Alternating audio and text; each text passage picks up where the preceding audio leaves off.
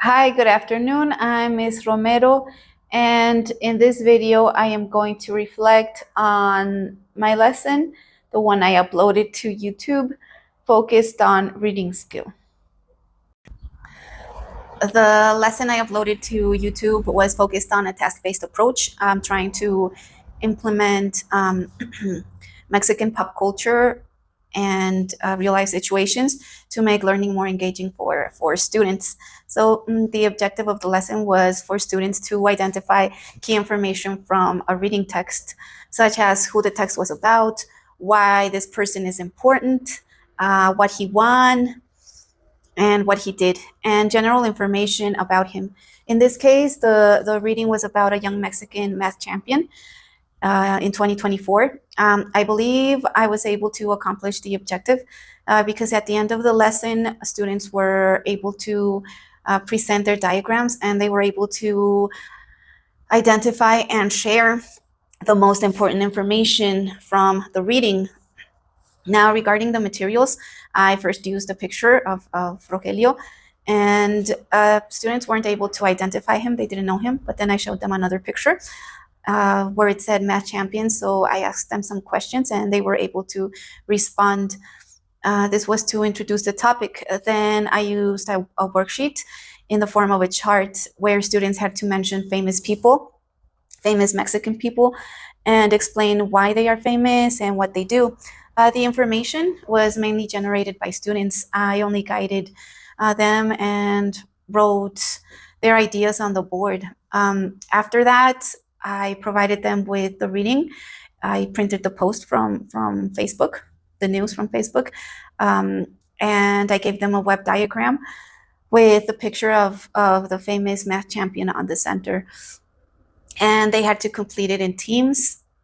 In order for them to be able to complete it, they had to discuss the information, they had to see which information was most relevant, and what the web diagram was asking them, what information they had to put in the web diagram. They also had to discuss how they were going to present that information at the end of the lesson.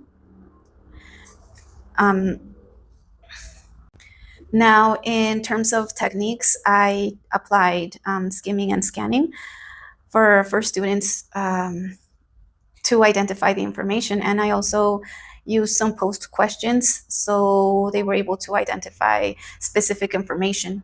I also try to avoid teacher-centered lesson by allowing students to participate actively and construct their own understanding. I acted mostly as a monitor. So my role was mainly to guide and to support them when necessary so they could successfully complete the task. However, I did identify some areas of improvement. For example, I think I could have provided more feedback at the end of the lesson. Maybe I could have written some of the students' answers, or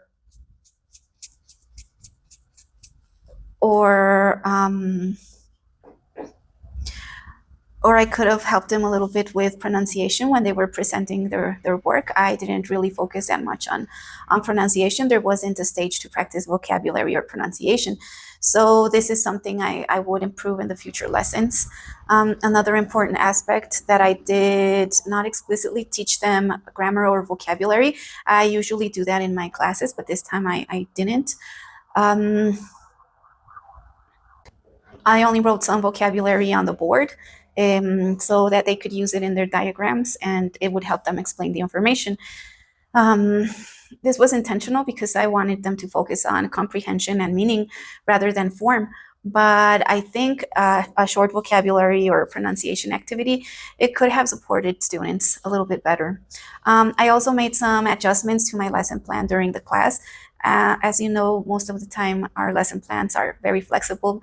We can change some things during the actual class because we notice things, so we adapt.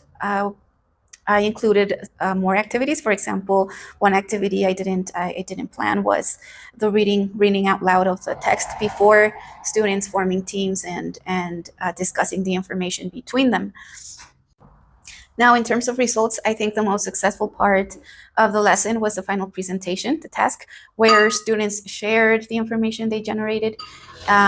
They were engaged with the topic because it was about a young Mexican person.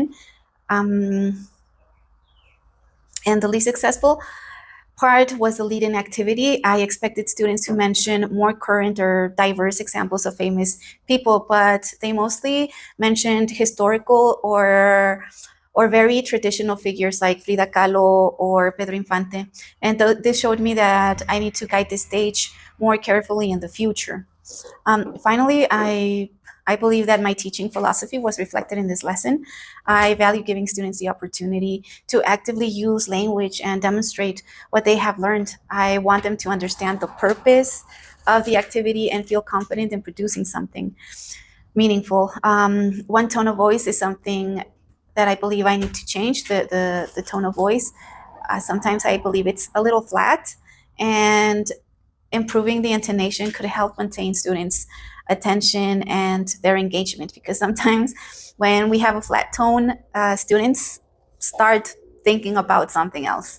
But overall, I believe the lesson was effective in helping students understand the reading and engage with the content.